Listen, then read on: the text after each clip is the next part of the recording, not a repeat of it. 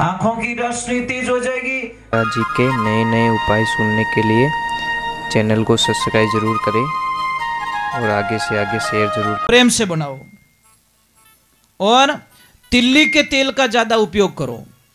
तिल्ली के तेल को सर्दी में ज्यादा उपयोग करो, मालिश करो पूरी बॉडी को। 7 दिन में एक बार तो मालिश करो पूरी बॉडी को, परंतु करते नहीं है।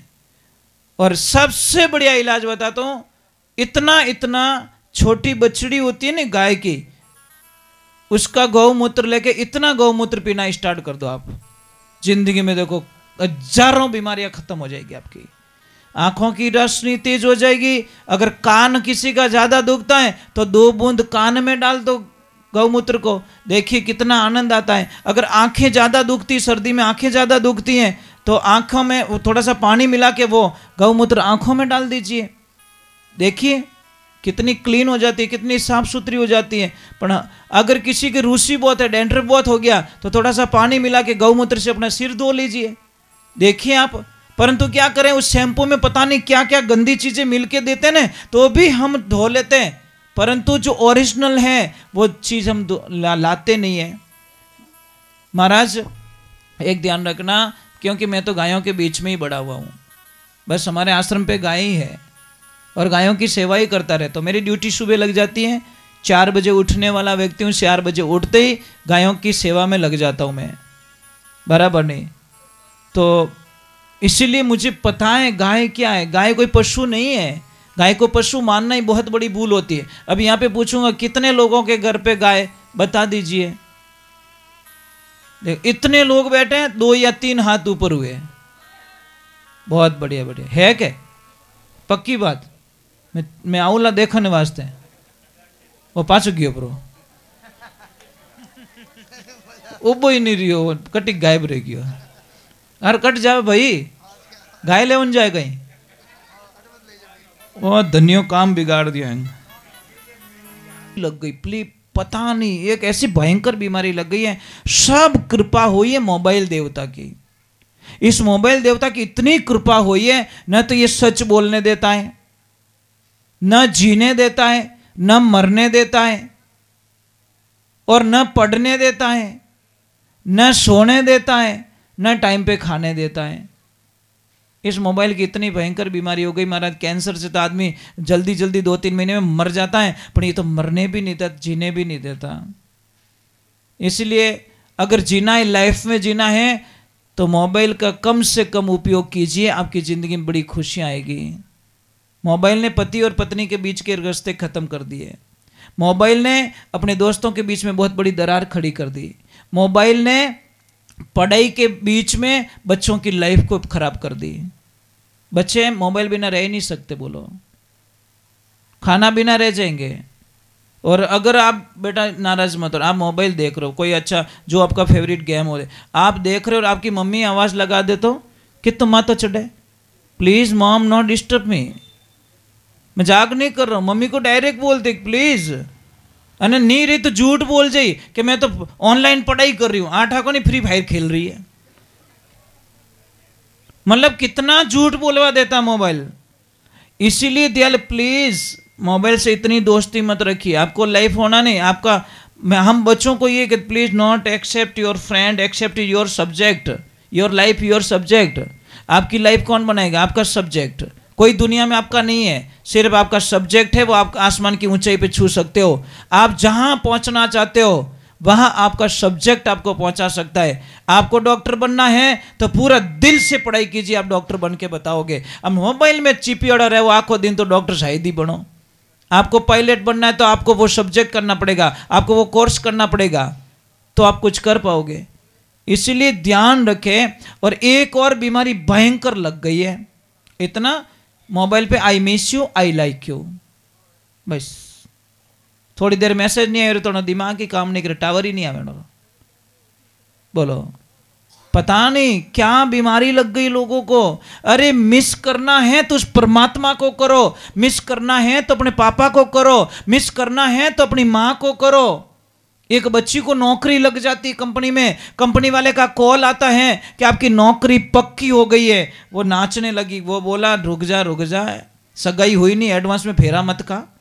अभी तो खाली नौकरी आपकी ओके हुई है, नौकरी करनी कैसे वो पहले सर तो सुन लो। तो लड़की ने बोला बताइए सर, मैं जो होगा मैं करने के लिए तैयार हूं, पर मेरी नौकरी नहीं जानी चाहिए, मेरा जॉब नहीं जाना चाहिए।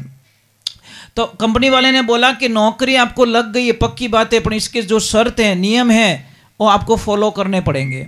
क्या बोलिए क्या करना पड़ेगा? कि सबसे पहले इस नौकरी में खड़े खड़े काम करना पड़ता है, इस जॉब में खड़े खड़े काम। लड़की ने बोला ओके मैं कर लूंगी। कंपनी में किसी को नाराज नहीं करोगी, ओके मैं किसी का दिल नहीं दुखाऊंगे। तीसरे नंबर, आपको 365 दिन में एक भी छुट्टी नहीं मिलेगी। वो बोली कोई बात नहीं, 365 दिन में छुट्टी नहीं मिलेगी तो एडजस्ट करूंगी। और चौथे नंबर की मेन बात है, 365 दिन काम करने के बाद में भी आपको तनख्वाह का 1 रुपया नहीं मिलेगा। वो लड़की बोली दिमाग खराब तेरा है कि मेरा है? 365 दिन काम मैं करूं, खड़े खड़े काम मैं करूं, सबको खुशी में रखूं और तनख्वाह का 1 रुपया ना मिले? कौन ऐसे बेवकूफ लोग हैं जो तुम्हारी कंपनी में काम करते हैं? कौन ऐसे लोग हैं? तो सामने वाले ने बोला कि हजारों ऐसे लोग हैं जो काम करते। कि कौन? कि बेटा योर मॉम, आपकी माँ। आपकी माँ है ने पूरा दिन बेचारी घर में काम करती है, कभी पापा से पेमेंट मांगा कि तनख्वाह का दो, मेरा 1 महीना हो गया तनख्वाह दे दो मुझे। अगर ये तनख्वाह मांगी रहे तो अपने कनाडा में पिपाड़िया बाज जावे, बोल दे मेरे 20 साल की तनख्वाह दे दो, मुझे कुछ नहीं चाहिए, मैंने जो काम किया पगार दे दो, मैंने तुझे की नहीं चीजें दे सकते हो। हिम्मत है कितनी? कितनी ईमानदार, कितनी ईमानदार। सुबह जल्दी उठती है आपकी मम्मी, बिना कहे आपका टिफिन तैयार करती है, बिना कहे आपके कपड़े धो के रेडी करती हैं, बिना कहे आपके जूतों को सही जगह रखती हैं, बिना कहे आपकी सारी सुविधाएं करके रखती है, बिना कहे, कहने की जरूरत नहीं है। फिर भी उस माँ का कोई दिल दुखा दे तो महाराज क्या वो उस माँ को कभी खुशी मिल सकती है? बच्चों का फर्ज बनता है कि उस माँ को कभी तकलीफ ना दे। बेटा जिंदगी में एक ध्यान रखना, मैंने पिता को बड़ा मजबूती में देखा है। आदमी बड़ा मजबूत होता है साहब, कितना भी कर्जा आपके ऊपर चढ़ जाए आप घबराओगे नहीं, कोई न कोई धंधा करके भी उसको वसूल करने की ताकत रखोगे। कोई बीमारी होगी तो लड़ लोगे आप, कोई समाज में मान अपमान होगा तो सहन कर लोगे। परंतु एक लाइफ में ध्यान रखना, एक दिन पिता बहुत रोता है। किस दिन? जिस दिन उसकी लाडली ससुराल जाती है। महाराज मैंने बहुत सारे पिताओं को रोते हुए देखा है, वो सबके सामने तो रोने की हिम्मत नहीं रखता, पर एक तरफ जाके एक तरफ मुंह करके वो बाहर रो भी नहीं सकता संसार के सामने, क्योंकि उसको पता है आज मारे कालजरो टुकड़ो मारे घरों विदा हो गयो। पता नहीं वो रोके भी मेरे से कुछ भी करवा देती थी, मजबूर कर देती थी, परंतु मेरी बच्ची आज मेरी नज़रों के सामने से चली गई। माँ कसम बेटियों जिंदगी में ध्यान रखना, आप ससुराल जाओ तो फॉर्चूनर देख के पापा को मत भूल जाना। एक बार गाड़ी में देखकर अपने पिता का चेहरा देख लेना, आपको पता चल जाएगा कि आज मेरे पापा की सारी दुनिया लूट गई, बस कुछ नहीं बचा पापा के पास में। ये गाड़ी, ये बंगला, ये सारी प्रॉपर्टी, दुकानें, फैक्ट्रियां, पापा के पास कुछ नहीं बचा है, क्योंकि आज उसके कलेजे का टुकड़ा इस घर से हमेशा विदा हो गया है। पिता सब सहन कर सकता है, हमारा ध्यान रखना। बहुत सारे कमजोर लोग बैठे यहाँ पे रो रहे हैं, अभी रो रहे हैं। रोइए मत आप, रोइए मत, हिम्मत रखिए आप।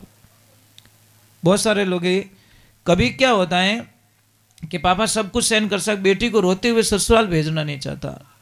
बेटी अगर रो लेना, आके रो लेती है ना, तो पिता के तो धरती आसमान एक हो जाता, क्योंकि पिता कभी नहीं चाहता कि मेरी लाडली को कोई तकलीफ होवे। पिता के लिए हर बेटी राजकुमारी होती है। अगर वही राजकुमारी एक पापा को धोखा दे देती है तो क्या बीतती उसमें? वो तो कुछ समझ भी नहीं पाता। वो पूरा दिन पैरों पे खड़े रहना, इधर उधर भाग दौड़ करना, भूखा प्यासा, कभी टाइम पे रोटी भी नहीं खाते। ध्यान रखना एक आदमी कितनी मजबूरियां हो जाती है। तो मैं आपसे वंदन करता हूं कि सत्संग होती, सत्संग को मजाक में मत लीजिए। परिवार कोई मार्केट में मिलने वाली चीज नहीं है कि पापा चले गए तो मैं दूसरा। देखो पिता और सूर्य दोनों एक समान है, पिता और सूर्य दोनों एक समान है। पिता की जो डांट फटकार सुनने की जो ताकत रखता है वो औलाद हमेशा कामयाब हो जाती है, और सूर्य की जो तप सहन करना शुरू कर देता है उसकी जिंदगी में आनंद ही आनंद हो जाता है। महाराज जिस दिन सूर्य डूब जाएगा पूरे ब्रह्मांड में अंधेरा छा जाएगा, और जिस दिन पिता इस दुनिया से चला जाएगा पूरे परिवार में अंधेरा छा जाता है। महाराज ये लाइफ में ध्यान रखने की बातें होती है, क्योंकि स्कूल में जाते हैं ना, सर का वो डंडा होता है ना, वो डंडा नफरत का डंडा नहीं है, कि तुम्हारे बदले का डंडा नहीं है, वो तुम्हारी कामयाबी का डंडा होता है। पर विद्यार्थियों को बड़ा अटपटा लगता है कि मेरे सर ने मुझे मारा क्यों? अरे वो एक डंडे ने तेरी जिंदगी में 4 खुशियां ला दी।